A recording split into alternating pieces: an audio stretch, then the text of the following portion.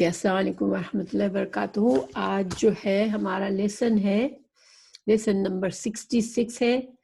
بخاری، صحیح بخاری کی کتابیں اور باب ہے، کتاب العلم ہے اور باب ہے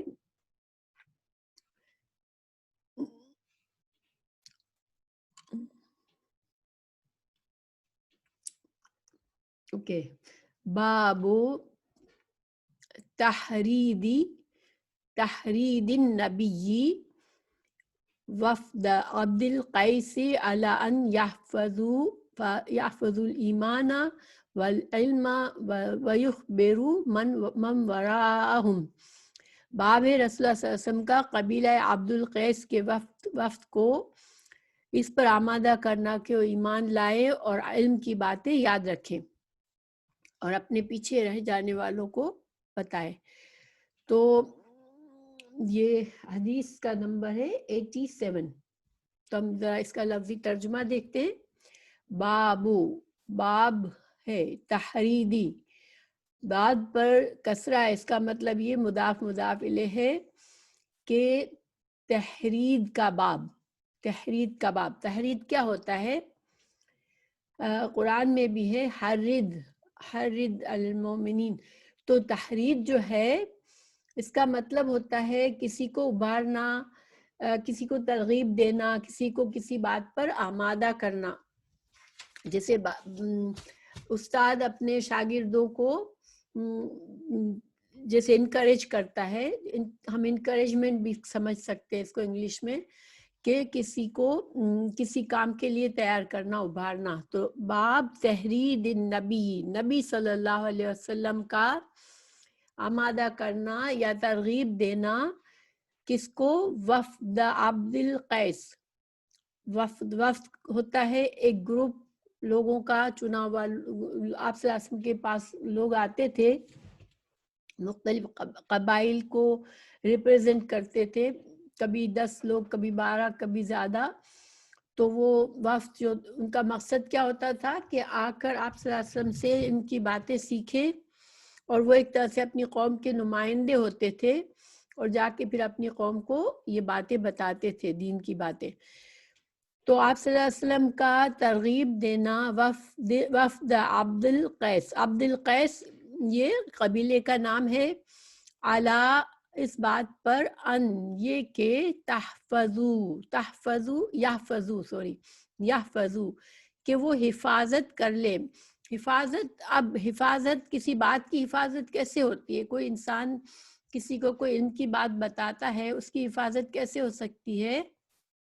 کہ انسان اس کو یاد کر لے، ذہن نشین کر لے، یا اپنے پاس لکھ لے، کسی بھی طرح سے ایسے محفوظ کرے کہ وہ بات بھول نہ جائے۔ ٹھیک ہے، اس کو یاد رکھنا، اس کو محفوظ کر لینا، اپنے سینے میں محفوظ کر لینا۔ اس زمانے میں تو خیر سینے میں ہی محفوظ کیا جاتا تھا، بہت کم لوگ تھے جو کہ لکھنے پڑھنے کی سہولت تھی ان کے پاس، یا ان کے پاس لکھنے کی کوئی چیز ہوتی تھی۔ تو اس زمانے میں اللہ تعالیٰ نے ان کے حافظے بھی بہت زبردست ہوا کرتے تھے، اور ظاہر انسانی نیچر ہے، جب اس کو سہولتیں ملتی ہے، آسانیاں ملتی ہے، تو وہ اس کی صلاحیتیں تھوڑی کمزور ہو جاتی ہیں۔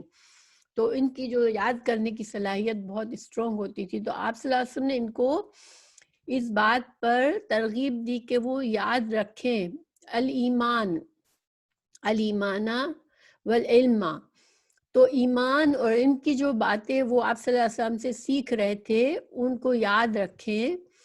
وَيُخْبِرُوا، پھر کیا کریں؟ خبر سے ہے، خبر دے، اور ان کو پھر خبر دے، من جو وراءہم کا مطلب ہوتا ہے جو لوگ پیچھے رہ گئے، چونکہ وقت میں ساری قوم نہیں آتی تھی، سارے لوگ نہیں آتے تھے، تو جو پیچھے رہ گئے تمہاری قوم سے، ان کو پھر تم اس کی بات کی خبر دو۔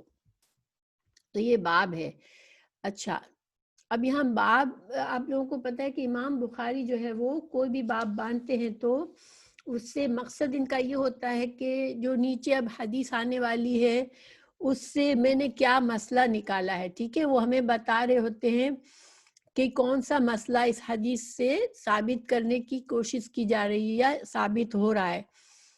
تو یہاں پر یہ مسئلہ ثابت ہو رہا ہے کہ علم کی بات جو ہے، انسان جب علم کی بات سنتا ہے، دین کی باتیں سنتا ہے، تو وہ اس کا صحیح فائدہ کب ہے؟ جب وہ اس کو یاد کر لے، اس کو محفوظ کر لے، اور پھر جب محفوظ کر لے پھر خود عمل کرے اور پھر اس کو محفوظ طریقے سے دوسروں کو پہنچائے، جبھی علم جو ہے وہ علم کہلاتا ہے۔ تو چونکہ یہ کتاب العلم ہے اور ان کی مختلف خصوصیات بتائی جا رہی ہیں، ہمیں علم کے فائدے بتائے جا رہے ہیں، علم کے ساتھ کیا معاملہ کرنا چاہیے وہ بتایا جا رہا ہے، تو یہاں ہمیں یہ بتایا جا رہا ہے کہ علم جو ہے، اگر اس کو صحیح معنوں میں علم وہی سمجھا جاتا ہے جس کو یاد کر لیا جائے اور جس کو دوسروں تک پھر پہنچایا جائے۔ تو آپ صلی اللہ علیہ وسلم کا بھی یہ طریقہ تھا کہ وہ ترغیب دیتے تھے کہ جو علم دیا جا رہا ہے اس کو یاد کرو اور اس کو آگے پہنچاؤ۔ تو پھر مسئلہ یہ ثابت کیا امام بخاری نے کہ اگر ہم یہ کتاب پڑھ رہے ہیں ان کی، یا ہم دین سیکھ رہے ہیں، تو ہماری بھی پھر ذمہ داری کیا ہے کہ ہم اس کو ایک کان سے سن کر دوسرے کان سے نہ نکال دیں، ہم اس کو، ان باتوں کو غور سے سنیں، ان کو یاد کریں، ان کو محفوظ رکھیں اپنے پاس اور اس پر عمل کریں اور پھر اس کو آگے پہنچائیں۔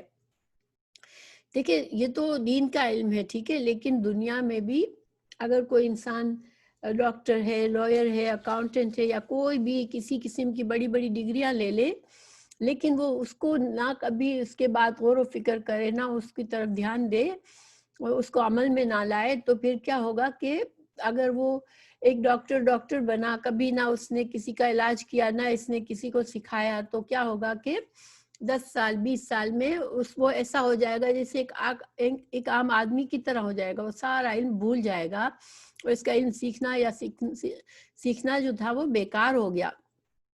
تو دین کا علم تو اور بھی زیادہ اہمیت رکھتا ہے کہ دین کا علم جو ہے وہ ہماری زندگیوں کو سنوارتا ہے، اور یہ اللہ کی طرف سے آیا ہوا ہے، تو اس علم کی ہمیں حفاظت کرنی ہے۔ تو اب امام بخاری کا یہ طریقہ ہے کہ جب کوئی باب باندھتے ہیں تو پھر چونکہ وہ اپنا موقف بتا رہے ہوتے ہیں کہ میری سوچ یہ ہے، مجھے اس حدیث سے یہ مسئلہ نظر آ رہا ہے، تو پھر وہ کوئی ثبوت بھی لاتے ہیں۔ تو ثبوت کے طور پر وہ کیا کرتے ہیں کہ باب کی ہیڈنگ کے نیچے کوئی حدیث کا ٹکڑا لاتے ہیں بغیر سند کے، یا قرآن کی کوئی آیت کا ٹکڑا لاتے ہیں، یا کسی صحابی کا قول لاتے ہیں، یا کسی تابعی کا قول لاتے ہیں، اور ان کو معلق لاتے ہیں۔ معلق کا کیا مطلب ہے کہ جس بات کی کوئی سند نہ ہو، ٹھیک ہے، کیونکہ سند ایک رسی ہے جو کہ بات کو سند ایک حدیث کو رسول اللہ صلی اللہ علیہ وسلم تک جوڑتی ہے، وہ سند ہوتی ہے، جس کی وجہ سے ہم جانتے ہیں کہ اچھا یہ رسول اللہ صلی اللہ علیہ وسلم کی بات ہے۔ لیکن جب سند نہیں ہوتی تو وہ بات معلق ہوتی ہے، وہ حدیث معلق کہلاتی ہے۔ اگر آپ کو کوئی حدیث سناتا ہے صرف کہ آپ صلی اللہ علیہ وسلم نے یہ فرمایا، لیکن کوئی سند، کوئی ریفرنس نہیں ہے، تو وہ کیا ہے؟ وہ ایک معلق چیز ہے۔ اب معلق چیز پر انسان جو ہے وہ اس پر آنکھیں بند کر کے یقین نہیں کر سکتا، ٹھیک ہے۔ تو اسی وجہ سے اب بعض لوگ جو ہیں، بعض لوگوں نے بغیر زیادہ شاید انہوں نے اس بات کو سمجھا نہیں، مگر بعض لوگوں نے امام بخاری پر یہ بھی طعنہ دیا ہے کہ ان کی جو تعلیقات، اس کی جمع معلق کی جمع تعلیق ہوتی ہے، تو ان کی جو تعلیقات ہیں وہ تو اس میں جو ہے وہ ضعیف باتیں بھی ہوتی ہیں، لیکن اصل میں ہوتا یہ کہ اکثر امام بخاری اس میں کوئی صحیح احادیث لاتے ہیں جس کو کبھی تو اپنی کتاب میں سند کے ساتھ بعد میں کہیں لکھتے ہیں، ٹھیک ہے۔ تو اب یہ جو ہے یہاں پر جو اب دیکھیں، وقال اور کہا مالک بن حویرث، مالک ابن حویرث نے کہا، قال لنا کہا ہم سے، فرمایا ہم سے، نبی صلی اللہ علیہ وسلم، ارجعوا جاؤ واپس لوٹو، الا طرف، اہلیکم اپنے گھر والوں کی طرف، فعلموہم پھر ان کو تعلیم سکھاؤ، دین کی باتیں سکھاؤ، جو تم نے یہاں سیکھی ہے وہ سکھاؤ۔ اب یہ جو ہے یہ معلق حدیث ہے جو کہ امام بخاری نے کتاب الصلاۃ میں اپنی سند کے ساتھ لکھی ہے، ٹھیک ہے، مگر یہاں پر ظاہری بات ہے کہ ہر جگہ پر اس میں بھی سند ڈال دیں گے۔ یہ تو ایک ثبوت کے طور پر لائے ہیں کہ یہ اپنے باپ اپنا جو موقف یہاں بیان کر رہے ہیں، حدیث سے جو مسئلہ نکال رہے ہیں اس کو اور مضبوط کرنے کے لیے یہ ایک دلیل دے رہے ہیں، ٹھیک ہے، دلیل کے طور پر لائے ہیں۔ اور یہ اب دلیل کیا ہے؟ نسیمہ سوری میں وہ کر رہی ہوں ڈسٹرب، اور روفی کہہ رہی ہے مجھے ملا نہیں ہے، تو یہ جو دوسری حدیث لائے ہیں تو اس میں بھی آپ صلی اللہ علیہ وسلم نے ان صحابی کو یہ بھی جس طرح سے پتہ چلتا ہے حدیث پڑھنے سے کہ وہ کہیں سے آئے تھے مالک بن حویرث، تو ان کو پہلے دین کی باتیں سکھائیں، پھر ان سے کہا کہ اب تم لوٹو اپنے گھر والوں کی طرف اور ان کو سکھاؤ۔ تو گویا کہ یہ ایک اور ایکسٹرا ثبوت پیش کیا اوپر والی بات کو، جیسے عبد القیس کے وفد کو آپ صلی اللہ علیہ وسلم نے فرمایا تھا کہ جا کر اپنے بعد والوں کو بتاؤ، تو اسی طرح سے ان صحابی کو بھی یہی فرمایا۔ تو یہ ایک طریقہ تھا جس سے لوگ آتے تھے آپ صلی اللہ علیہ وسلم کے پاس، اور پھر بعض اوقات آپ صلی اللہ علیہ وسلم اپنے کسی صحابی کو ان کے ساتھ بھی کر دیتے تھے کہ وہاں کے لوگوں کو دین سکھائیں، اور کبھی ایک جماعت کو بھی بھیجا ہے اور کبھی دو کو بھی بھیجا ہے، اور کبھی انہی لوگوں کو دین سمجھا کر ان کو ذمہ داری دی کہ اب تم اپنے لوگوں کو دین سکھاؤ۔ تو یہ سچویشن ڈفرینٹ حالات میں کے تحت آپ صلی اللہ علیہ وسلم دیکھ کر کرتے تھے کہ کہاں پر کس چیز کی ضرورت ہے، ٹھیک ہے۔ تو اب مگر مسئلہ یہی ثابت ہوتا ہے کہ دین جب سیکھیں تو علم جو ہے اس کو محفوظ کرنا ضروری ہے سیکھ کر، اور اس کو پھر عمل میں لا کر پھر اس کو دوسروں تک پہنچانا ضروری ہے، ٹھیک ہے، یہ مسئلہ ثابت ہوا۔ اب ہم اس کی حدیث پر پڑھتے ہیں، باب انشاءاللہ کلیئر ہوگا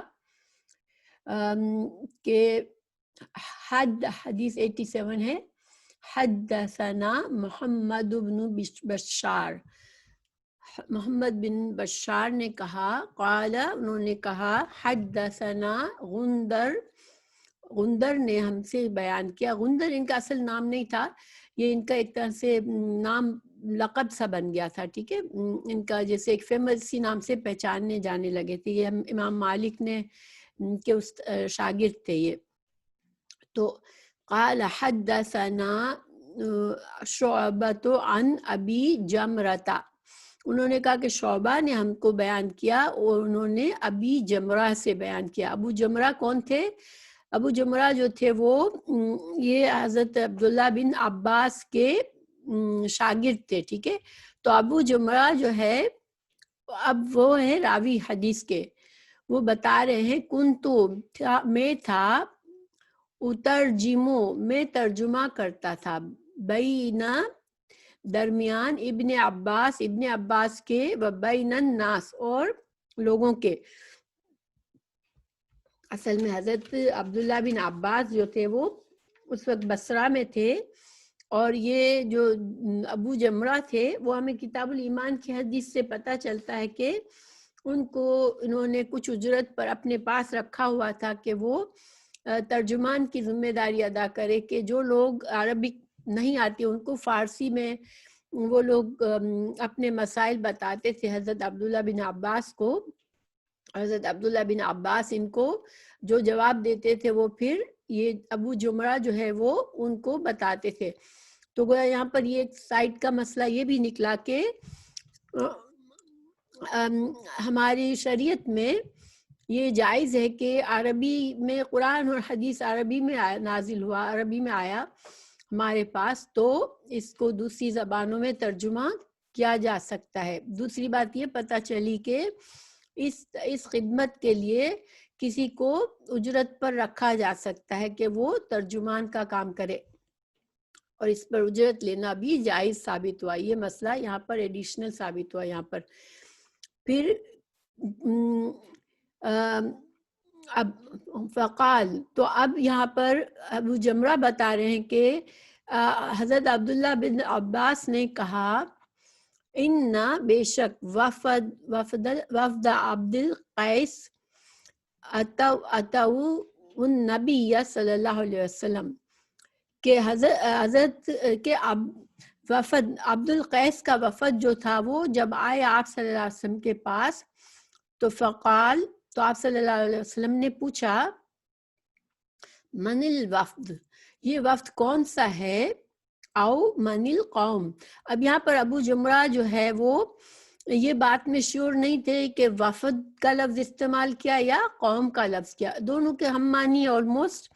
قوم کا مطلب ہوتا ہے لوگ، اور لوگ جیسے اگر کچھ لوگ آتے ہیں تو اس کو کہہ دیا جاتا ہے کہ یہ قوم آئی ہے، اور وفد کا بھی مطلب یہ ہوتا ہے کہ کچھ ریپریزنٹیٹیو جب آتے ہیں. تو دونوں کا معنی ایک ہی ہے، مگر ابو جمرہ جو تھے ان کو یہ دھیان نہیں رہا، یا پھر عبداللہ بن عباس نے اس طرح کہا. بہرحال انہوں نے کہا کہ آپ صلی اللہ علیہ وسلم نے پوچھا کہ یہ کون سا وفد ہے یا یہ کون سے لوگ ہیں.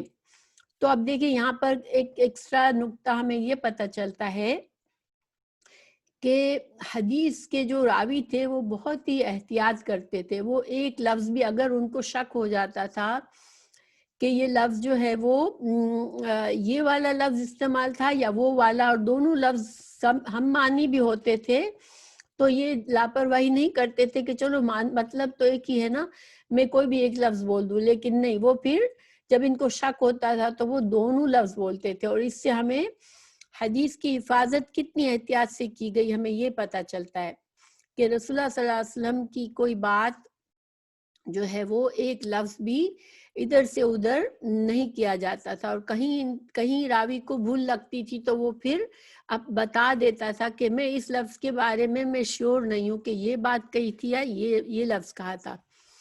حالانکہ اگر ہم جیسے ہم لوگ آج کل جو ہم لاپرواہی میں بات کرتے ہیں، ہم جو ہیں وہ کسی کی بات دوسرے کو ہمیں بتانی ہوتی ہے تو ہم اپنے لفظوں میں بتا دیتے ہیں، اور اس سے بعض اوقات بہت سے مسائل بھی اٹھتے ہیں. کیونکہ آپ کوئی اہم بات کہی ہوتی ہے آپ نے، اور سامنے والا کسی اور کو کچھ اور لفظوں میں بتاتا ہے، تو وہاں پر بہت سی غلط فہمیاں بھی پیدا ہو جاتی ہے. تو یہ بات کی حفاظت عام بھی کرنی چاہیے، مگر رسول اللہ صلی اللہ علیہ وسلم کی احادیث کے لیے تو آف کورس ہمیں بہت زیادہ احتیاط کرنی چاہیے. اور یہی علماء نے، اللہ نے ایسے بندے پیدا کیے کہ جنہوں نے یہ حفاظت کی. جب بھی ہمارے پاس آج ہم سکون سے کوئی حدیث، صحیح حدیث پڑھتے ہیں تو ہمیں تسلی ہوتی ہے کہ نہیں، یہ بات آپ صلی اللہ علیہ وسلم نے اسی طرح بتائی ہے. اور دیکھیں اس پر ایک سائڈ کی بات میں آپ کو بتاؤں کہ آج کل جو اتنا ایزی ہو گیا ہے میڈیا میں باتوں کو آگے پہنچانا، کہ ایک ہمارے پاس میسج آیا، ہم نے اس کو فارورڈ کر دیا. اب ایسے میں کسی نے کوئی حدیث کہہ کے بات کہی ہوتی ہے، نہ اس میں کوئی سند ہوتی ہے نہ کوئی بات ہوتی ہے، بس کہہ دیتے ہیں رسول اللہ صلی اللہ علیہ وسلم نے یہ فرمایا، اور پھر نیچے لکھ دیتے ہیں پلیز اس کو بہت سے لوگوں کو، آپ جتنے لوگوں کو فارورڈ کریں اور اجر کمائیں. لیکن اس میں کوئی سند نہیں ہوتی، اور اس بات میں بعض اوقات صحیح احادیث نہیں ہوتی ہے. میں پڑھتی ہوں تو میں حیران رہ جاتی ہوں کہ لوگ ایسی باتیں لکھ کر ڈرتے بھی نہیں ہیں کہ یہ رسول اللہ صلی اللہ علیہ وسلم کی حدیث ہم بھیجنے، آپ دوسروں کو بھیجو. تو یہ اس میں جب اس طرح کے آپ کے پاس آئے تو پلیز آپ بغیر، اگر آپ کے پاس سند نہیں پہنچی تو آپ اس کو آگے نہ پہنچائیں. یہ آپ کے لیے ہو سکتا ہے ثواب کمانے کے بجائے گناہ کمانے کی بات ہو جائے کہ آپ رسول اللہ صلی اللہ علیہ وسلم کی طرف جو جھوٹی بات منسوب کی گئی اس کو آپ دوسروں تک پہنچا رہے ہیں. اس میں بہت احتیاط کرنی چاہیے ہم کو. ٹھیک ہے، تو اب آگے حدیث پڑھتی ہوں میں. کہ رسول اللہ صلی اللہ علیہ وسلم نے پوچھا کہ یہ کون سا وفد ہے یا پھر کون سی قوم ہے، کون سے لوگ ہیں. تو قالو، انہوں نے کہا، ربیہ جو ہے یہ خاندان کا نام ہے، انہوں نے اپنے خاندان کا نام بتایا. اور یہی طریقہ تھا وہاں پر کہ انسان اپنے خاندانوں سے پہچانا جاتا تھا. فقالا، تو آپ صلی اللہ علیہ وسلم نے فرمایا مرحباً. مرحبا جو ہوتا ہے، ہم لوگ مرحبا کو سنتے ہیں نا، مرحبا کا اصل میں معنی یہ ہوتا ہے کہ ہم جو ہے خوش دلی سے آپ سے مل رہے ہیں. ہمارے پاس آپ کو بہت وسعت اور بڑے دل سے ملیں گے ہم آپ سے, آپ کو ہمارے پاس سکون اور راحت ملے گی. اس طرح سے ایک طرح سے یہ ویلکم کرنے کا طریقہ ہے. آپ صلی اللہ علیہ وسلم اکثر اس طرح سے کیا کرتے تھے.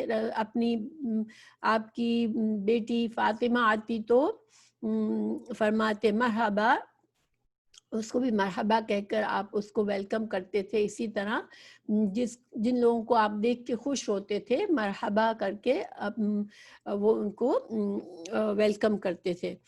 تو مرحبا, آپ صلی اللہ علیہ وسلم نے فرمایا مرحبا بالقوم, آپ اس قوم کو مرحبا ہو, اس کو خوش آمدید ہو. او بالوفدی, تو اب یہاں پر پھر راوی کو شک کہ قوم کا لفظ استعمال کیا آپ نے یا وفد کا, تو انہوں نے دونوں لفظ استعمال کر دیا. ٹھیک ہے, آپ صلی اللہ علیہ وسلم نے اس طرح نہیں فرمایا تھا کہ قوم کو مرحبا ہو یا وفد کو, مگر یہ اس حدیث کے راوی کا بتانا ہے. پھر آپ صلی اللہ علیہ وسلم نے فرمایا غیر خزایا. غیر خزایا کا مطلب ہے کہ آپ کو کسی قسم کی رسوائی, خزایا رسوائی کو کہتے ہیں کہ آپ کو کوئی رسوائی نہیں, ولا ندامہ, اور نہ آپ کو کوئی ندامت ہے. اب اس کا کیا مطلب ہے؟ دیکھیے یہ جو قبیلہ تھا نا, یہ دور سے آیا تھا, بہت دور سے آیا تھا, اور یہ لوگوں میں خوبی یہ تھی کہ انہوں نے اپنی خوشی سے اسلام قبول کیا تھا. کسی مسلمانوں سے کوئی جھگڑا کر کے یا جنگ کر کے, جو قبائل جنگ کرتے تھے اور پھر جب میں شکست کھا جاتے تھے تو مسلمان ہوتے تھے, تو انہوں نے وہ ایک طرح سے رسوائی اور ندامت کے بعد مسلمان ہوتے تھے. لیکن یہ جو تھا, یہ لوگ اپنی خوش دلی سے اسلام میں آئے تھے, اس لیے آپ صلی اللہ علیہ وسلم نے خوش ہو کر ان کو یہ جملہ کہا کہ نہ تم کو کوئی رسوائی ہو یا اور نہ تم کو کوئی شرمندگی اٹھانی پڑے. پھر ایک طرح سے دعائیہ کلمہ ہے, یہ دعا جیسے دی ان کو. پھر قالو, انہوں نے کیا کہا, اور اس قبیلے کے انشاءاللہ میں آگے بتاؤں گی, ان کی ایک اور خوبی بھی ہے ان کے بارے میں. قالو, انہوں نے کہا انا, بے شک, ناتی کا, ہم آئے ہیں آپ کے پاس, من شقتن بعیدتن, ہم بہت دور سے آئے ہیں اور مشقت کے ساتھ آئے ہیں. یہ انہوں نے کہا کہ ہم آپ کے پاس, آپ کے آس پاس آنے میں ہمیں کافی مشکل ہوتی ہے. کیوں مشکل ہوتی ہے اب اس کو بتا رہے ہیں.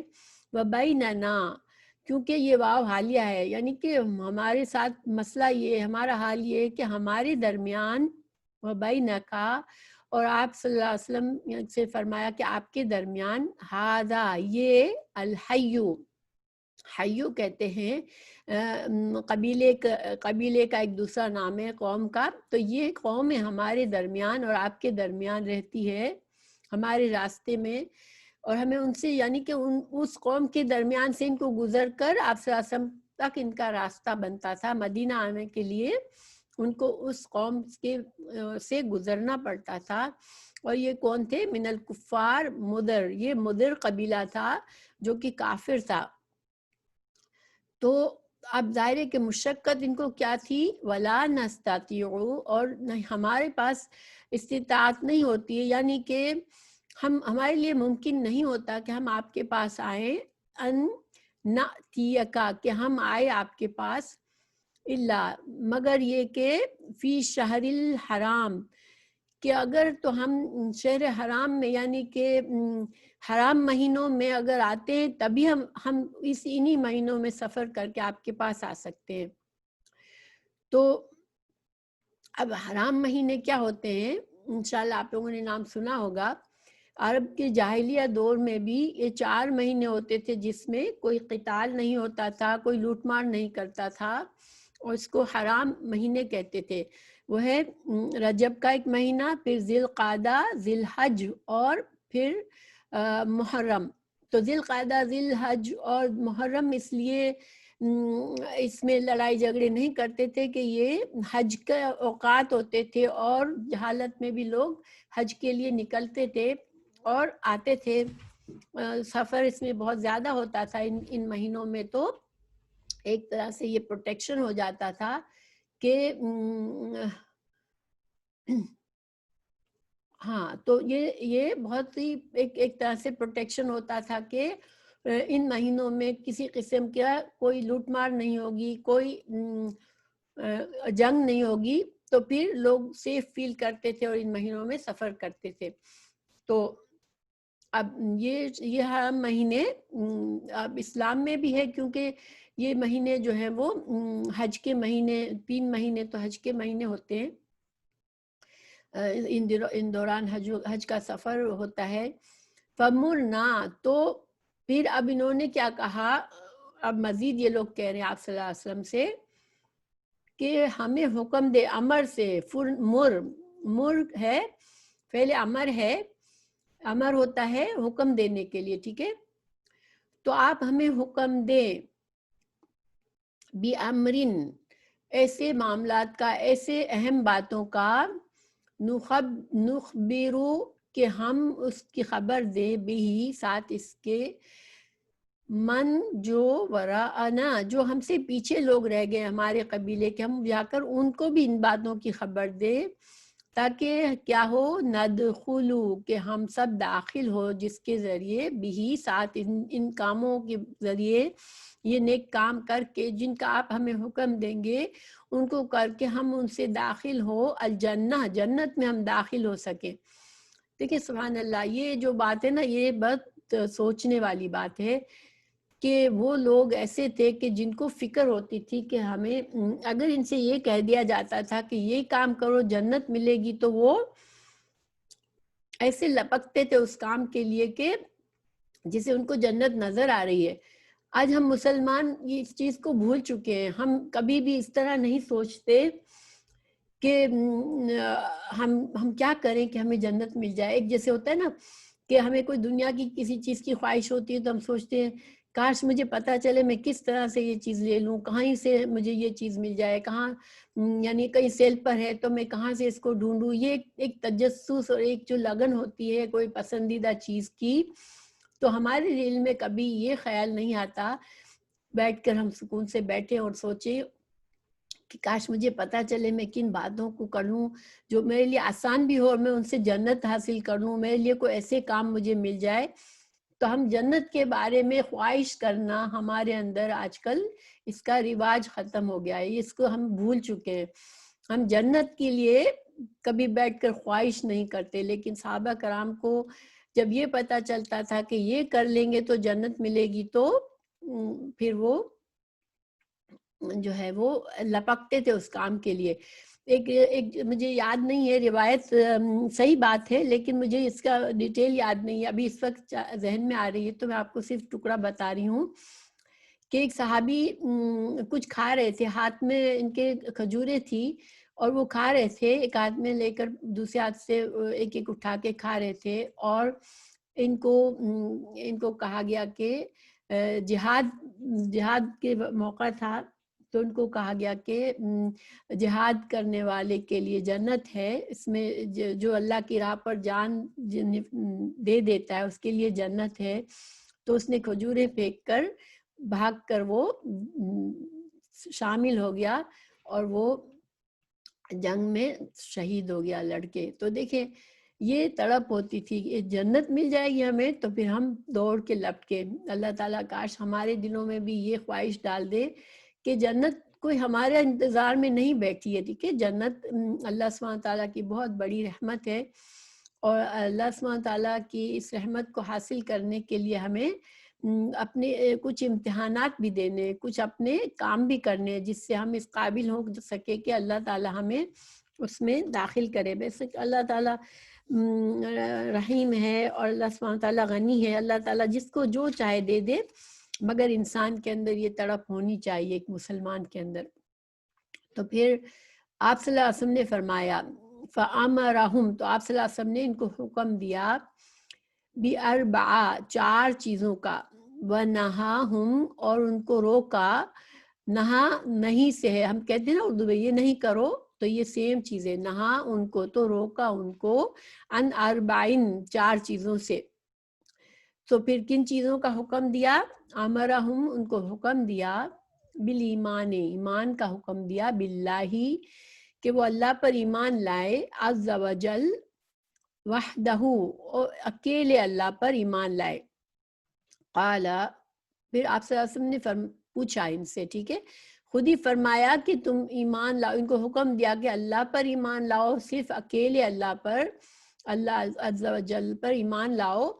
پھر آپ نے فرمایا حل تدرون، کیا تم جانتے ہو، کیا تم سمجھتے ہو، مل ایمان، کے ایمان کیا ہے، ایمان باللہ کیا ہے، مل ایمان باللہ وحدہ، ایک اللہ پر ایمان لانے کا کیا مطلب ہے، کیا تم سمجھتے ہو، یہ ان سے پوچھا.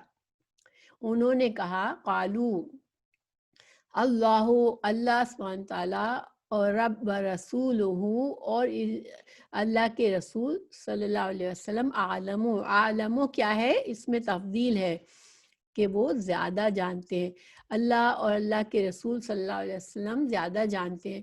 اور یہ ایک ادب ہوتا تھا کہ آپ صلی اللہ علیہ وسلم بعض اوقات ایک سوال کرتے تھے، آپ کا مقصد جو ہوتا تھا وہ جیسے ایک طرح سے سننے والے کو زیادہ الرٹ کرنے کے لیے، زیادہ اس کی توجہ کو خالص کرنے کے لیے پہلے سوال خود کرتے تھے. تو یہ لوگ یہ ایک طرح سے عزت سے، احترام سے جواب دیتے تھے کہ اللہ اور اللہ کا رسول زیادہ جانتے ہیں. تو آپ صلی اللہ علیہ وسلم نے فرمایا قال شہادت ان لا الہ الا اللہ وان محمد رسول اللہ، کہ ایمان کیا ہے کہ تم گواہی دو کہ بے شک کوئی الہ نہیں ہے مگر ایک اللہ، اور محمد صلی اللہ علیہ وسلم اللہ کے رسول ہیں.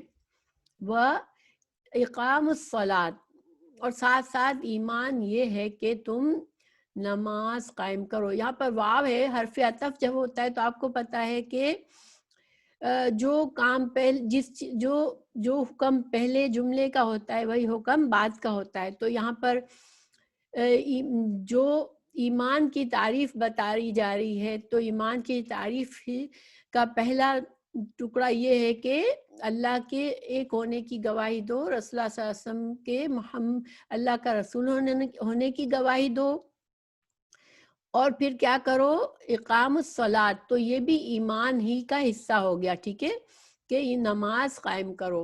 اور اسے نماز کی اہمیت بھی پتہ چلتی ہے کہ ایمان باللہ کے بعد فوراً نماز قائم کرو. وَإِيتَاءُ الزَّکَاۃ، اور زکوٰۃ دو. وَصَوْمُ رمضان، اور رمضان کے روزے رکھو.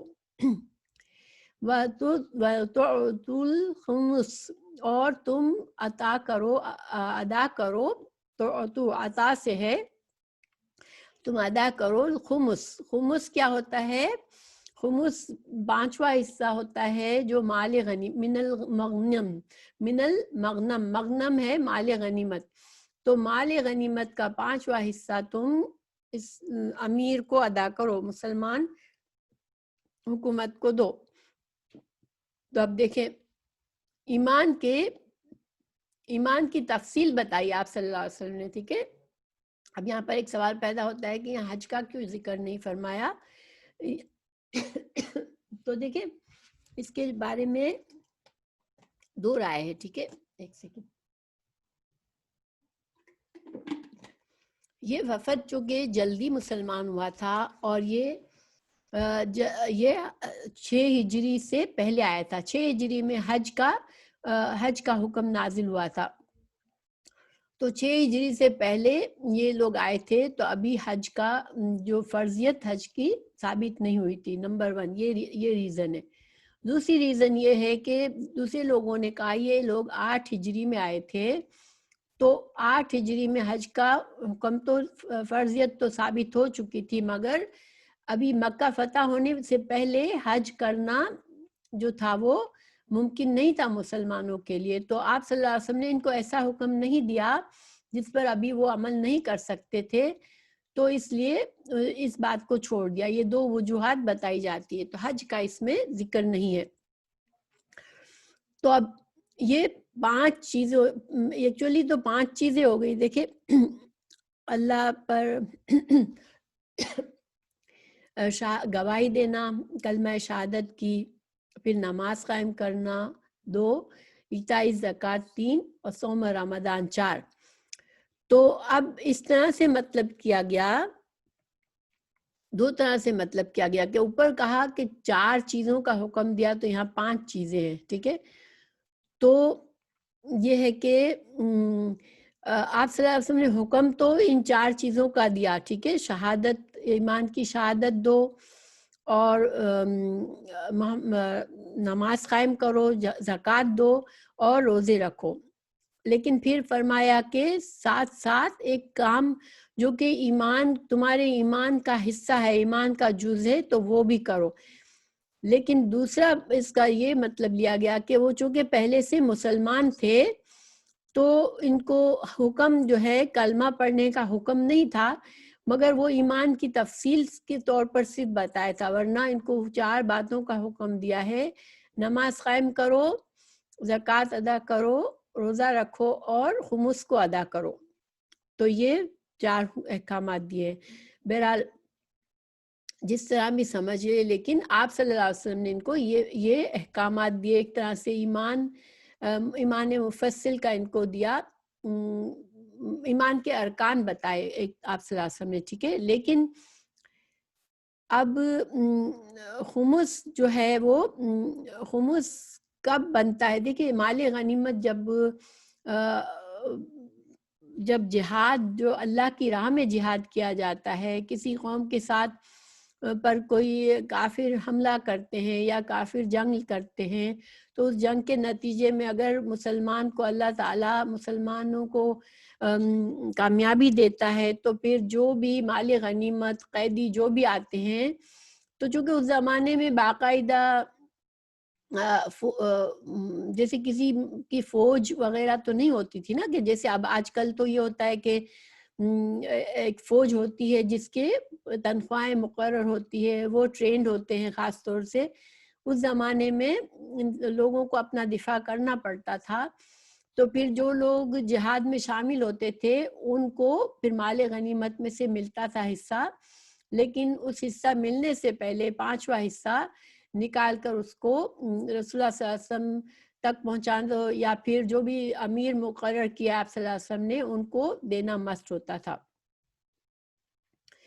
تو اب ایک اور سائڈ کا مسئلہ یہاں پر ثابت ہوتا ہے کہ چونکہ آپ صلی اللہ علیہ وسلم نے ایمان کی وضاحت اس طرح سے فرمائی کہ اعمال کو اس میں شامل کر کے بتایا، تو گویا کہ ایمان ایک صرف دل کا جذبہ نہیں ہے، بلکہ کیا ہے، ایمان کا تعلق دل میں ایمان، زبان سے اقرار اور اپنے اعمال سے اس کی تصدیق کرنا، اعمال سے بھی، یعنی یہ ساری چیزیں جب ملتی ہے جب ایمان مکمل ہوتا ہے.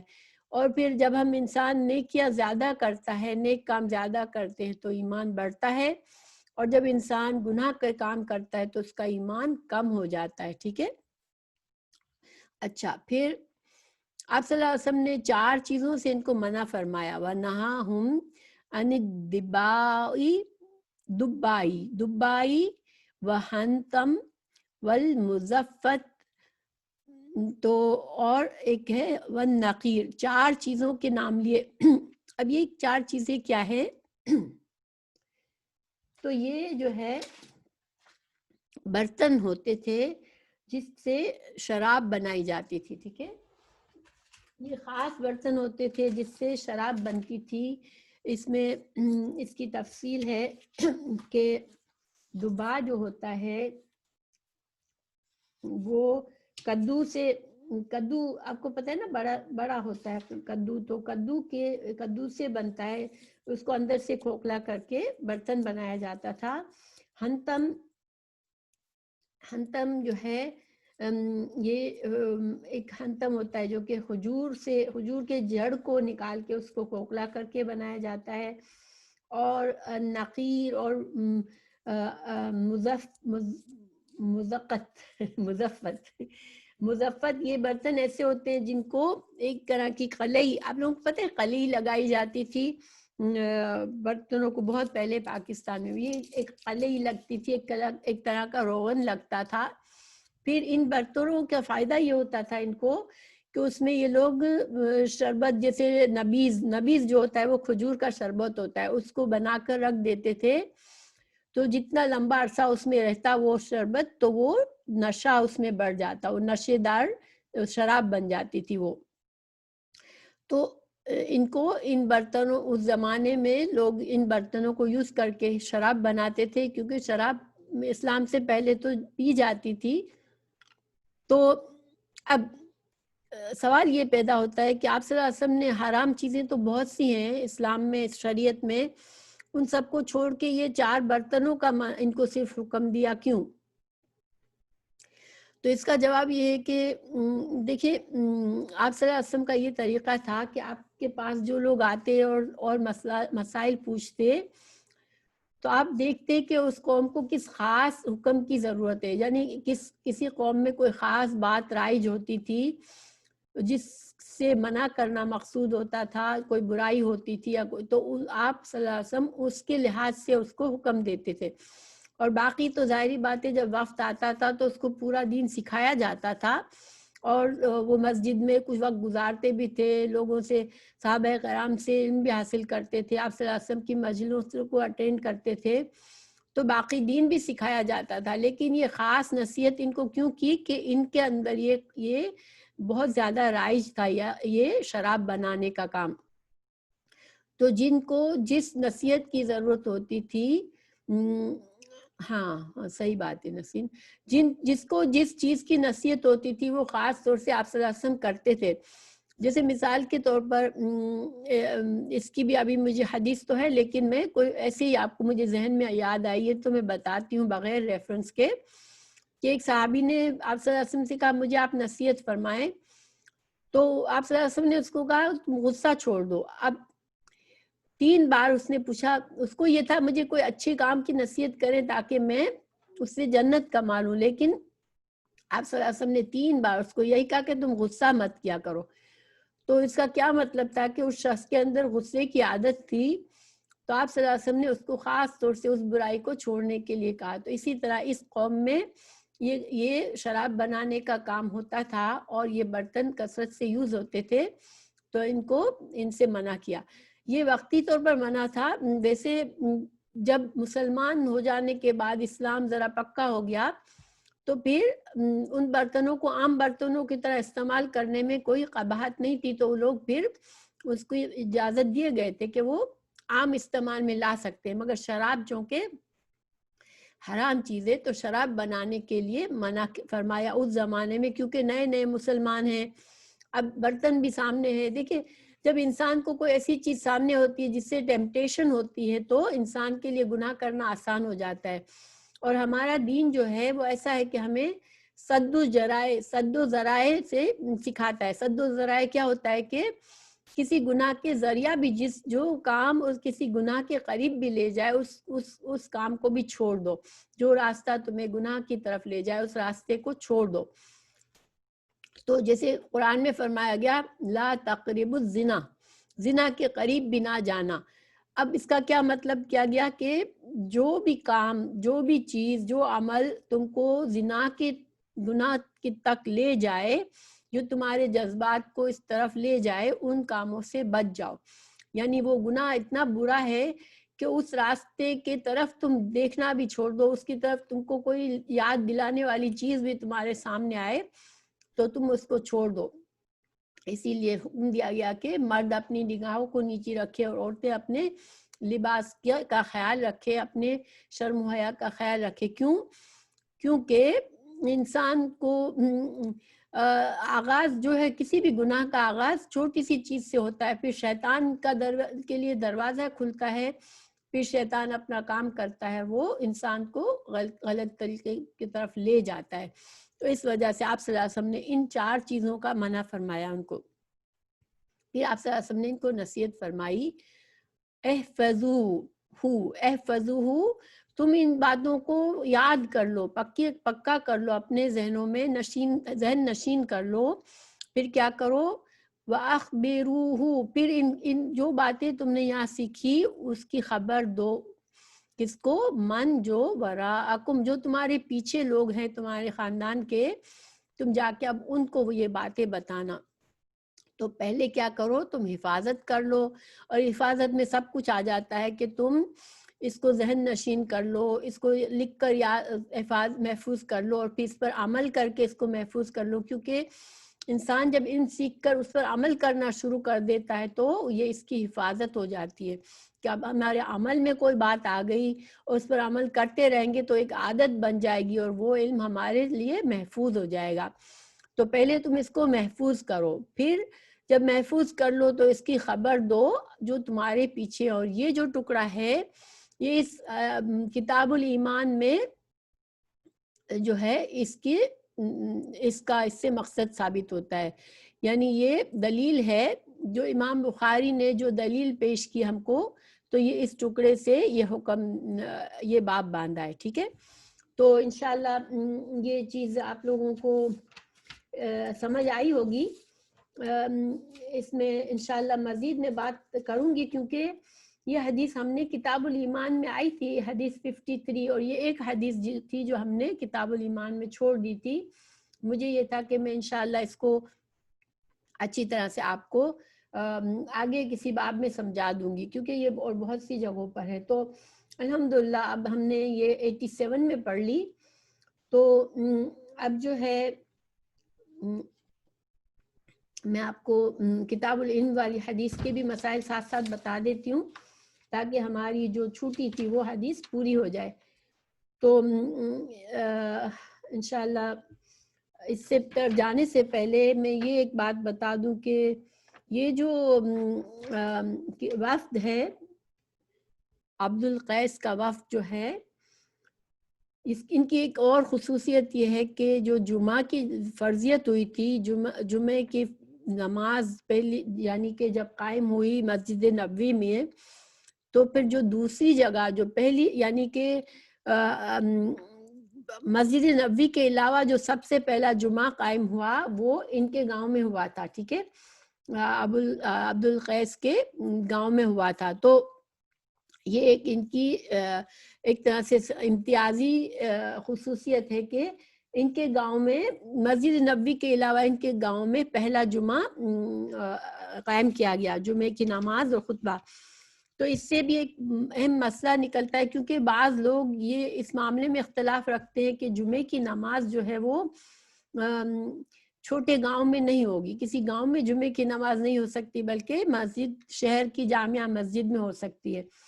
تو یہ ایک طرح سے امام بخاری کتاب الجمعہ میں اس حدیث کو لائے ہیں یہ ثابت کرنے کے لیے، یعنی وفد عبد القیس کے بارے میں حدیث لائے ہیں کہ اس دلیل کے طور پر کہ ان کے گاؤں میں جمعہ قائم ہوا تھا، گویا کہ گاؤں میں بھی جمعے کی نماز ہو سکتی ہے. تو یہ ایک ان کی صفت تھی. پھر اب ہم انشاءاللہ میں آپ کو حدیث 53 کے کچھ مسائل بتاؤں گی تاکہ وہ حدیث بھی ہمارے پاس ہو جائے. تو کتاب الایمان میں بھی ہم اس کو رکھ سکتے ہیں یہ والے سبق کو اور اس کو کتاب العلم میں بھی. تو دیکھیں حدیث جو 53 ہے اس میں مور لیس سیم ورڈنگز ہیں، صرف اس میں ہمیں یہ ایکسٹرا بات پتہ چلتی ہے کہ یہ جو ابو جمرہ ہے ان کو حضرت عبداللہ بن عباس نے کہا کہ میں تم کو کچھ اجرت میں تم کو دوں گا، اجرت تم میرے پاس رہ جاؤ. تو اس سے یہ مسئلہ ثابت ہوا کہ ترجمان کی ذمہ داری جب کوئی ادا کرتا ہے تو وہ اجرت لے سکتا ہے، اس کے لیے کسی کو یہ جاب دی جا سکتی ہے اسلام میں اور یہ جائز ہے. اور دوسرا یہ بھی کہ ترجمان جو ہے وہ ترجمہ کر سکتا ہے، عربی زبان کے حدیث اور قرآن کی آیات کا ترجمہ کیا جا سکتا ہے. اب کتاب الایمان میں جو امام بخاری نے باب باندھا تھا، میں دیکھتی ہوں اس کو کھول لیتی ہوں سامنے حدیث کو تاکہ انشاءاللہ کوئی چیز نہیں ہو تو ہمارے سامنے آ جائے.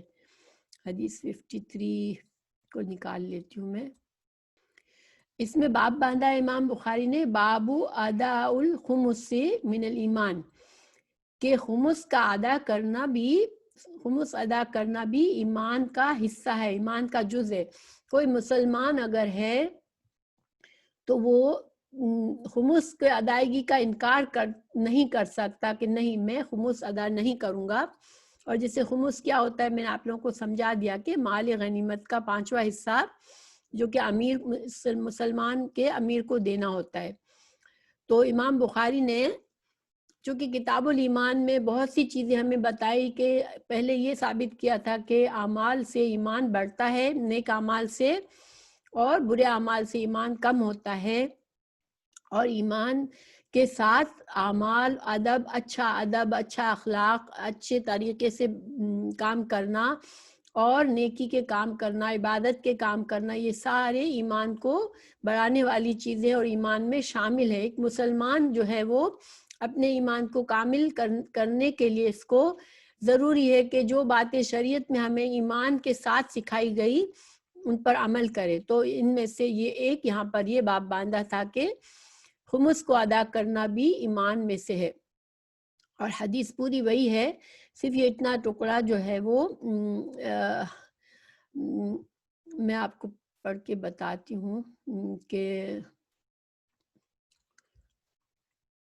یہ یہاں پر ابو جمرہ نے کہا کنتو اقعد مع ابن عباس، کہ میں جو بصرہ میں نا حضرت عبداللہ بن عباس کے پاس بیٹھا کرتا تھا، یعنی ان سے دین سیکھتا تھا. تو انہوں نے کہا قال یجلسنی علی سریرتی، اوکے، تو مجھے وہ اپنے پاس بٹھاتے تھے خاص طور سے، یعنی کہ حضرت عبداللہ بن عباس اپنے شاگرد کو خاص پسند کرتے تھے، شاید اس لیے کہ وہ اچھے طالب علم تھے، وہ دین سے شوق رکھتے تھے. تو ان کو حضرت عبداللہ بن عباس اپنے قریب بٹھاتے تھے اپنے تخت پر. پھر کہا اقم عندی، کہ تم میرے پاس رک جاؤ، حتیٰ یہاں تک کہ اجعلا، کہ میں بنا لوں لکا تیرے لیے سہم کہتے ہیں کچھ حصہ، من مالی، یعنی میں اپنے مال میں سے، جو میرے پاس مال ہے، جو میرے پاس پیسہ ہے، میں اس میں سے تمہیں تھوڑا مال دوں گا، تھوڑا حصہ دوں گا. فاقمت، تو میں رک گیا، معہو شہرین، تو میں 2 مہینے ان کے پاس رک گیا. ٹھیک ہے، تو یہ ٹکڑا زیادہ ہے. تو اور پیچھے دوسری کتاب العلم سے ہمیں پتہ چلا کہ وہ کیوں روکا تھا ان کو، تاکہ وہ ترجمان کا کام کرے. ٹھیک ہے، تو یہ بس، باقی سارا سیم ہے. اب میں آپ لوگوں کو ان کے مسائل ذرا بتا دیتی ہوں کہ بلکہ ہم حدیث کو پڑھ ہی لیتے ہیں، آسانی ہو جائے گی زیادہ، اس لیے مجھے بھی یاد آ جاتی ہے باتیں پڑھنے سے. تو کتنے بجے ہیں ابھی؟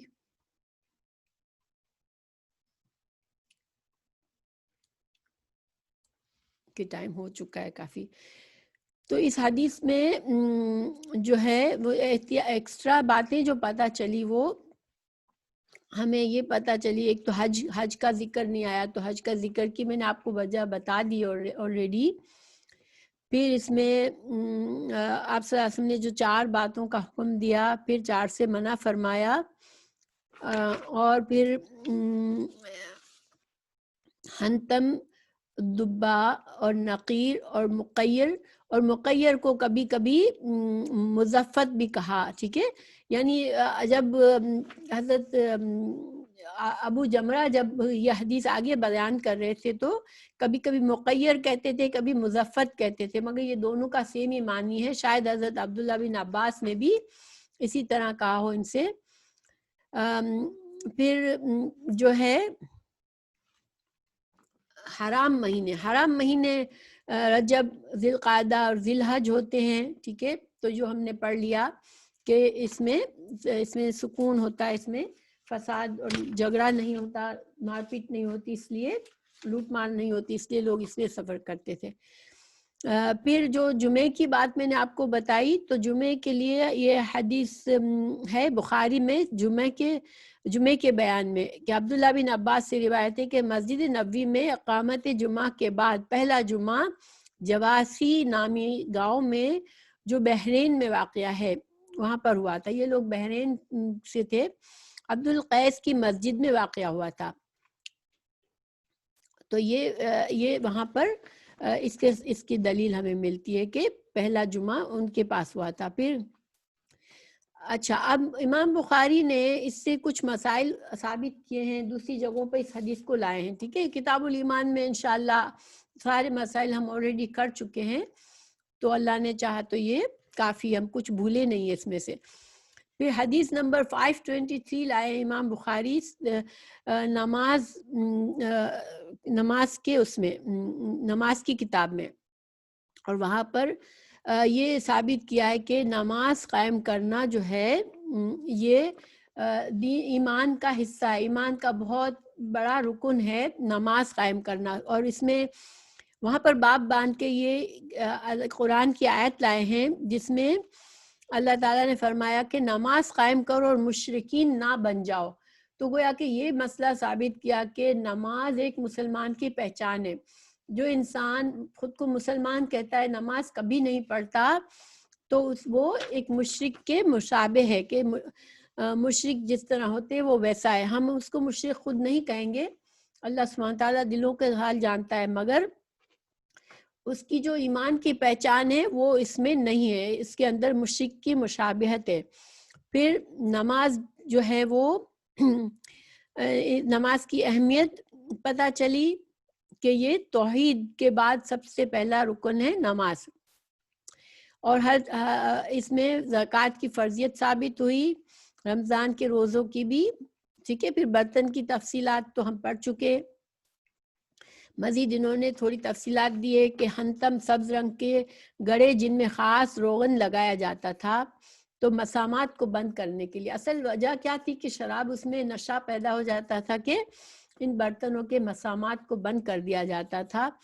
نیچرل چیزوں سے برتن بنتے تھے، لکڑی سے، کھجور کی جڑ سے، اور کیا بولتے ہیں کدو کو خالی کر کے، یہ نیچرل چیزیں ہیں. اب ان کے مسامات کو جب یہ لوگ بند کرتے تھے تو پھر اس کے اندر نشہ آور مشروبات بنتی تھی.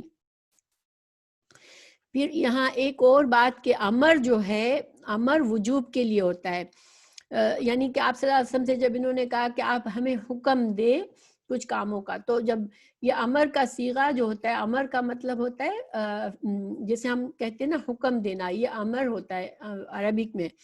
تو امر کا صیغہ قرآن اور حدیث میں جب استعمال ہوتا ہے کہ یہ کرو یہ نہ کرو، تو یہ کیا ہوتا ہے، یہ فرض کی وجوب کی دلیل ہوتی ہے کہ یہ کام کرنا فرضیت ہے، اس کام کو نہ کرنا حرام ہے، اس کام کو کرنا حلال ہے اور فرض ہے.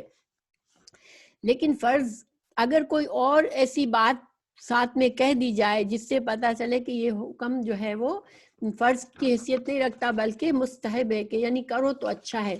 یہ بس ایک فقہی دلیل، فقہی بات ہے، میں انشاءاللہ اس میں زیادہ نہیں جاؤں گی.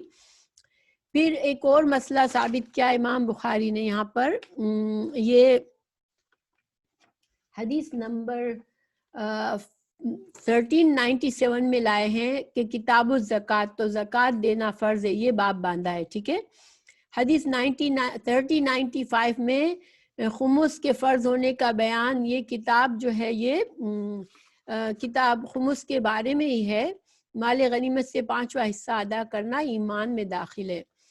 پھر 4368 میں مسئلہ ثابت کیا ہے کہ غزوات، وفد عبد القیس کے آنے پر، تو جیسے انہوں نے کہا کہ ہمیں کفار قبیلے سے گزرنا پڑتا ہے، تو اس کو غزوات کے باب میں لائے ہیں. پھر حدیث 4369 جو ہے وہ بھی غزوات کے اس میں آئی ہے. پھر حدیث 6176 جو ہے اس کو کتاب الادب میں لائے ہیں. کتاب الادب میں باب باندھا ہے کسی شخص کا مرحبا کہنا. تو چونکہ اس نے آپ صلی اللہ علیہ وسلم نے اس قوم کو مرحبا سے گریٹنگ کی تھی، تو یہاں پر دلائل لائے ہیں حضرت عائشہ رضی اللہ عنہ کی کہ رسول اللہ صلی اللہ علیہ وسلم حضرت فاطمہ کو فرمایا مرحبا میری بیٹی. اسی طرح ہانی جو آپ صلی اللہ علیہ وسلم کی کزن تھی، یعنی کہ حضرت علی رضی اللہ عنہ کی بہن تھی، وہ آئی تو ان کو کہا مرحبا ہانی. تو یہ خوش ہو کے آپ صلی اللہ علیہ وسلم مرحبا کہتے تھے. پھر 72-66 حدیث لائے ہیں کتاب و خبر واحد کے بیان میں. خبر واحد میں پہلے ذکر کر چکی ہوں کیا ہوتی ہے, شاید آپ لوگوں کو کسی کو یاد نہ رہی ہو یا کسی کو یاد ہو. اس کی جو اصطلاحی تعریف تو مختلف ہے, لیکن ایک عام فہم معنی یہ ہے کہ کسی حدیث کے جو سند ہوتی ہے اس سند میں کہیں پر صرف ایک ہی راوی ہو. کیا مطلب؟ جیسے دیکھیں عام طور پر ہم حدیثیں پڑھتے ہیں, اس کی بہت سی ڈفرینٹ سندیں ہوتی ہیں, ٹھیک ہے, کیونکہ ایک استاد نے اگر چار شاگردوں کو بیان کیا, پھر ان 4 شاگردوں نے اپنے 4 شاگردوں کو بیان کیا, تو اس کی سند میں 1 پھر 4 پھر 4 اس طرح سے لوگ ہو جائیں گے, ٹھیک ہے. یعنی کہ خبر واحد وہ ہوتی ہے, وہ خبر ہوتی ہے جس میں ایک ہی راوی ہو. اب اس زمانے میں جیسے ایک ہی صحابی نے کسی حدیث کو بیان کیا, پھر انہوں نے کسی اپنے ایک ہی شاگرد کو اس حدیث کو بیان کیا, پھر اس ایک شاگرد نے آگے بیان کیا اور لوگوں کو, تو ایسی خبر کو خبر واحد کہتے ہیں. اس کے مقابلے میں اگر 10 صحابہ نے ایک حدیث بیان کی, پھر انہوں نے اپنے اپنے شاگردوں کو سکھائی, تو وہ خبر واحد نہیں ہوگی, بلکہ وہ خبر متواتر ہوگی, تواتر کے ساتھ پہنچی ہمارے پاس. تو مسئلہ کیوں یہاں پر باندھا امام بخاری نے, کیونکہ کچھ علماء جو ہیں, دیکھیں ایک جنرل سارے علماء اسلام کے سارے امام جو ہیں وہ خبر واحد کو دلیل مانتے ہیں. اگر وہ خبر دینے والا جو اکیلا انسان جس نے خبر دی صحابی کے بعد, اگر کسی راوی نے صرف ایک راوی نے سنی, پھر اس نے آگے بات بتائی, مگر وہ راوی مسلمان تھا, عادل تھا, اس کا جو طریقہ مسلمانوں والا تھا, نماز قائم کرنے والا انسان تھا, لوگوں سے سچائی سے معاملہ کرتا تھا, تو ایسے انسان کی چاہے وہ ایک انسان ہے اس کی بات کو مانا جائے گا. کیونکہ حدیث کا بہت بڑا ذخیرہ اس طرح سے ہمارے پاس پہنچا ہے کہ کہیں نہ کہیں سند میں صرف ایک ہی آدمی تھا. کسی زمانے میں صرف ایک آدمی نے اس حدیث کو سنا, پھر اس نے اپنے شاگردوں کو آگے بتایا. لیکن کچھ علماء اس پر اعتراض کرتے ہیں کہ ہم خبر واحد کو حجت اور دلیل نہیں مان سکتے جب تک کہ وہ کچھ ایڈیشنل شرائط رکھتے ہیں. اب اس میں یہ تھوڑی علمی بحث ہے, میں صرف آپ کو خلاصے کے طور پر یہ بتانا چاہ رہی ہوں کہ دیکھیں قرآن اور حدیث جو ہے وہ ہمارے لیے عمل کے لیے ہمارے لیے ذریعہ ہے, ہم ان کو پڑھ کر علم سیکھتے ہیں. اب اگر بہت سے لوگ کہیں کہ بھئی ہم خبر واحد کو نہیں قبول کریں گے, تو بہت ساری حدیثیں ہمارے دین میں سے نکالنی پڑے گی, جس سے بہت سے مسائل ہمیں پتہ چلتے ہیں. تو جب وہ مسائل ثابت کرنے والی دلائل ہم ان کو نکال دیں گے, تو پھر کیا ہوگا, نیچرلی لوگوں کو اجتہاد سے غور و فکر کر کے مسائل کو نکالنا پڑے گا. اور اس طریقے سے ایک طرح سے نفس کی خواہش کا ذریعہ نکلتا ہے کہ انسان اپنی مرضی سے فتویٰ دے دے, ٹھیک ہے. ہم کو اپنی مرضی سے فتویٰ دینے کے لیے کون سی چیز روکتی ہے کہ ہمارے پاس صحیح حدیث آ جاتی ہے, قرآن کی آیت آ جاتی ہے, تو پھر کوئی بھی امام, کوئی بھی عادل مسلمان یہ نہیں کہے گا کہ نہیں میں اس بات کو نہیں مانتا, میں تو یہ مسئلہ اپنی مرضی سے حل کروں گا. کیونکہ ہم پر لازمی ہے کہ قرآن اور حدیث کے آگے ہم اپنی بات نہ چلائیں, ٹھیک ہے. لیکن جب لوگ اس طرح کے آبجیکشن لیتے ہیں کہ نہیں ہم خبر واحد کو نہیں لیں گے, تو پھر کیا ہوتا ہے کہ بہت سے احکامات جن کے صحیح حدیث سے دلائل موجود ہیں اس میں پھر شک پیدا ہو جاتا ہے, پھر اس میں لوگ اپنی رائے سے مختلف فتوے دینے شروع کر دیتے ہیں, اور یہ خرابی کا باعث بنتی ہے. اسی لیے امام بخاری نے یہ ثابت کیا کہ خبر واحد جو ہے وہ دلیل ہے اسلام میں, اور اس کو مانا جائے گا. یہ مسئلہ کہاں سے نکالا امام بخاری نے کہ دیکھیں جو وفد آتے تھے آپ صلی اللہ علیہ وسلم کے پاس, تو کبھی ایک آدمی آتا تھا, یا کبھی آپ صلی اللہ علیہ وسلم کسی ایک آدمی ہی کو بھیجتے تھے. یعنی چونکہ اس حدیث میں یہ ہے کہ وفد آتے تھے اور وہ علم سیکھ کے جاتے تھے، پھر آپ صلی اللہ علیہ وسلم ان کو کہتے تھے کہ تم اپنے لوگوں کو سکھانا. تو اب اس میں کبھی ایک آدمی آیا کسی قبیلے کا، اور ایسے بہت سی مثالیں ہیں، سیرت پڑھنے سے پتہ چلتی ہے کہ ایک آدمی کو آپ صلی اللہ علیہ وسلم نے بھیجا. حضرت مصعب بن عمیر بھی ایک ہی آدمی تھے جن کو مدینہ میں پہلے بھیجا تھا آپ صلی اللہ علیہ وسلم نے دین سکھانے کے لیے. تو گویا کہ قرآن میں بھی یہ بات مسئلہ ثابت ہے کہ ایک آدمی اگر وہ عادل ہے، مسلمان ہے، تو اس کی بات مانی جائے گی. ہاں، جس آدمی پر شک ہے، وہ جھوٹ بولنے والا ہے، جو فاسق ہے، جو گناہ گار عام گناہ کرتا ہے، اس کی بات پر ہمیں یہ سمجھایا گیا قرآن میں کہ تم اس کی بات کو آنکھیں بند کر کے نہ لو، بلکہ اس کی تحقیق کرو. لیکن ایک سچے آدمی کی بات ماننا قرآن و حدیث سے ثابت ہے. تو جو لوگ خبر واحد سامنے موجود ہے، اس سے کوئی مسئلہ ثابت ہو رہا ہے، اس مسئلے کو چھوڑ کر اپنی مرضی سے اجتہاد کرتے ہیں، وہ پھر غلط ہے. ٹھیک ہے، یہ امام بخاری نے مسئلہ ثابت کیا. یہ تھوڑا سا علمی تھا، مگر آپ لوگ جو کہ ماشاءاللہ بخاری سیکھ رہے ہیں، آپ کو تھوڑا بہت یہ علمی بحث بھی تھوڑی تھوڑی ضروری ہے سمجھنا، تاکہ آپ لوگوں کو ہمارے دین کی سچائی کا پتہ چلے کہ ہمارا دین کا جو بھی ہم سیکھتے ہیں، اگر صحیح ذرائع سے سیکھتے ہیں تو یہ سچا دین ہے، اور اس پر پھر عمل کرنا اور اس کو سنبھالنا، اس کو آگے پہنچانا پھر ہمارے لیے ضروری ہو جاتا ہے. ٹھیک ہے انشاءاللہ. تو یہ بات آپ لوگوں کو انشاءاللہ سمجھ آئی ہوگی.